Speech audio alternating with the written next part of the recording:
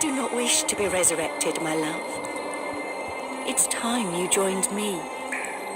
Stay, please.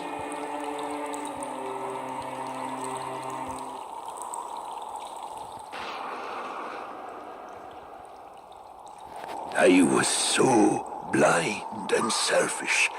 After all this time, she still only wants that I give up on this cruel and vengeful life. She wanted an ordinary man, not a legendary criminal. Rather than resurrecting her, I should join her in the afterlife. Perhaps she is waiting for me there.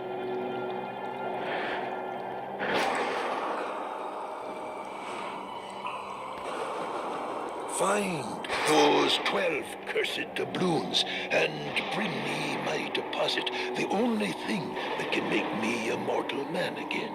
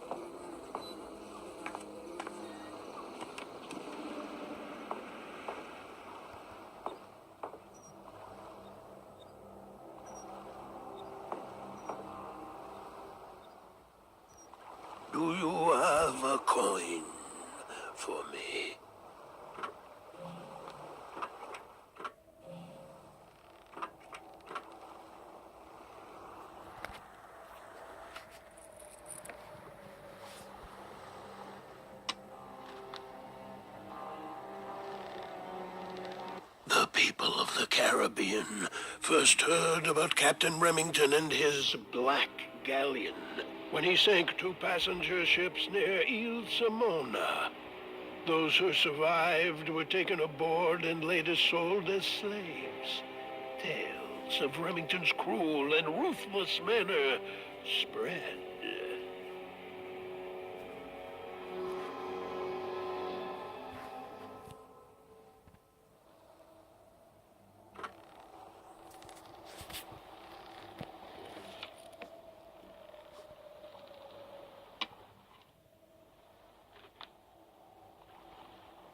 Those first attacks were only a taste of the coming atrocities. Soon, Captain Remington boarded and sank commercial ships. His Black Galleon would appear out of nowhere and strike without warning. Those who weren't shot or stabbed were forced to walk the plank to the pirates' amusement.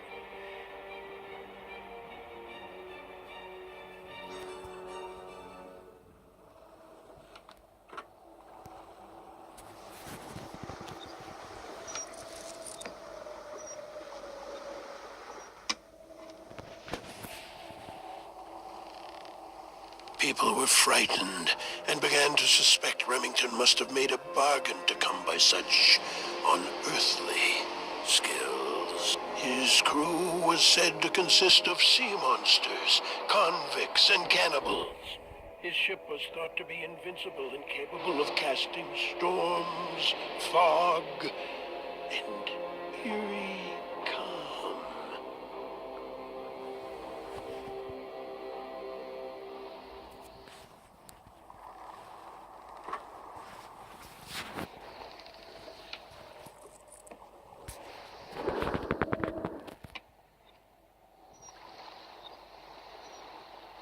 One of the vessels attacked by Remington's crew happened to be on its way to pick up the young Countess, Mary Bannister, and safely transport her to her father in San Juan.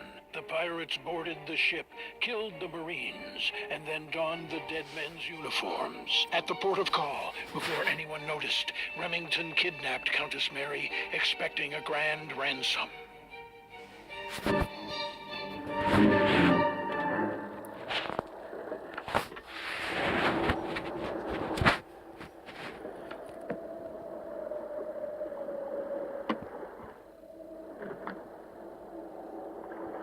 During her days aboard Remington's Black Galleon, the captive Mary Bannister turned out to be fearless, peaceful, and resilient as she tried to shun the pirates' advances.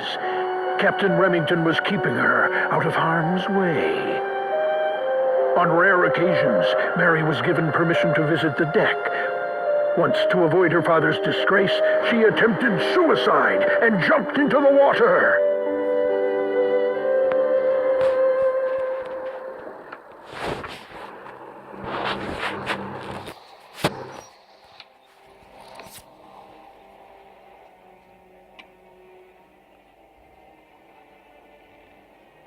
Remington jumped in after Mary and saved her from drowning, but the rescued girl soon became feverishly ill. The captain couldn't trust any of his vicious mates, so he personally nursed Mary back to health on Skull Island. During that time, Remington fell in love with the beautiful Countess at his mercy. Mary noticed Remington's feelings and started to care for the legendary pirate.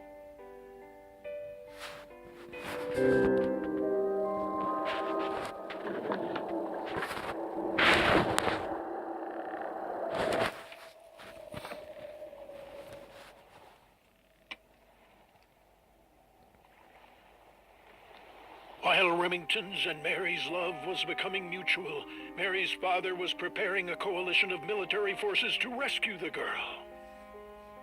The grim Baron Bannister had only recently come into money and power and was still greedy for more. He was planning to kill 3 birds with 1 stone. Liberate his daughter, kill the fearsome pirate, and save the ransom.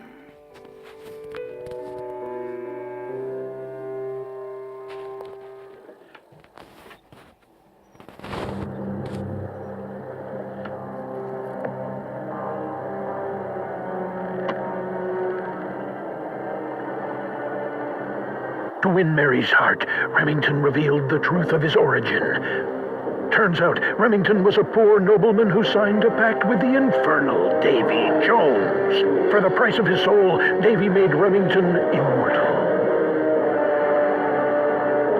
The all-powerful Remington joined forces with Caribbean pirates and acquired a formidable crew. And now, thanks to Mary, the captain promised to end his pirate career.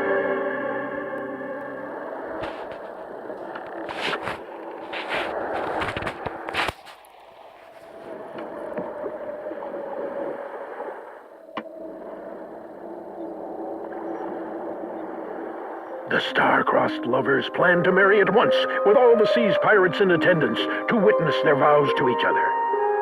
On the eve of the wedding, a military coalition struck the fortress full of defenseless pirates. The Caribbean Sea turned red with blood, and Skull Island became a place of torment. Remington was sentenced to death before Mary's eyes. The young countess was broken-hearted.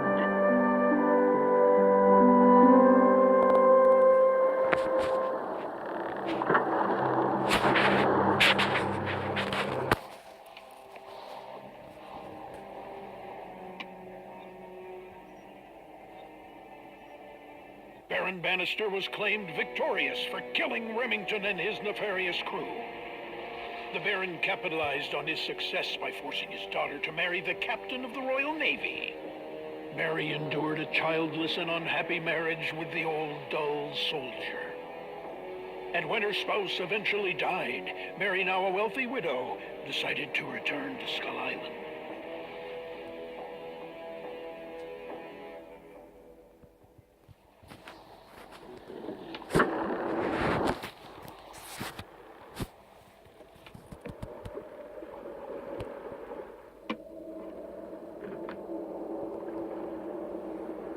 Even though Skull Island was now a sad and dreary place, memories of happier times came back to Mary as she started wandering the familiar grounds. Mary used the money she inherited to build a crypt for her and her captain if his body was ever found. Soon after that, the lonely Mary died. According to her wishes, she was buried at the new crypt.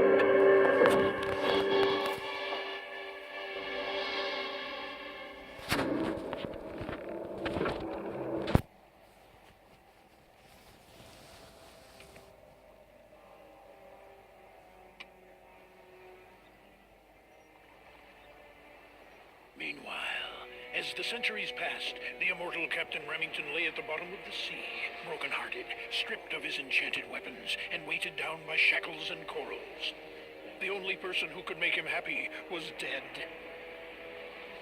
The only thing which could redeem him, a gift for the bride, was still in the cursed chest on his galleon. Remington grew weaker and weaker under the sea, waiting for a chance to set things right.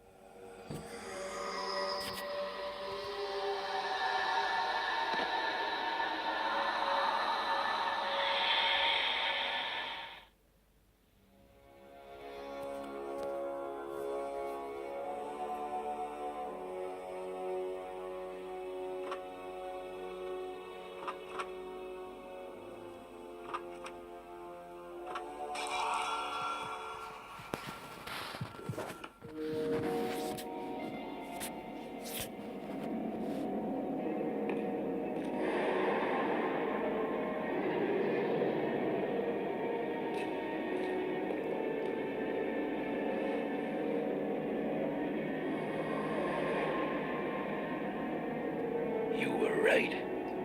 Thank you.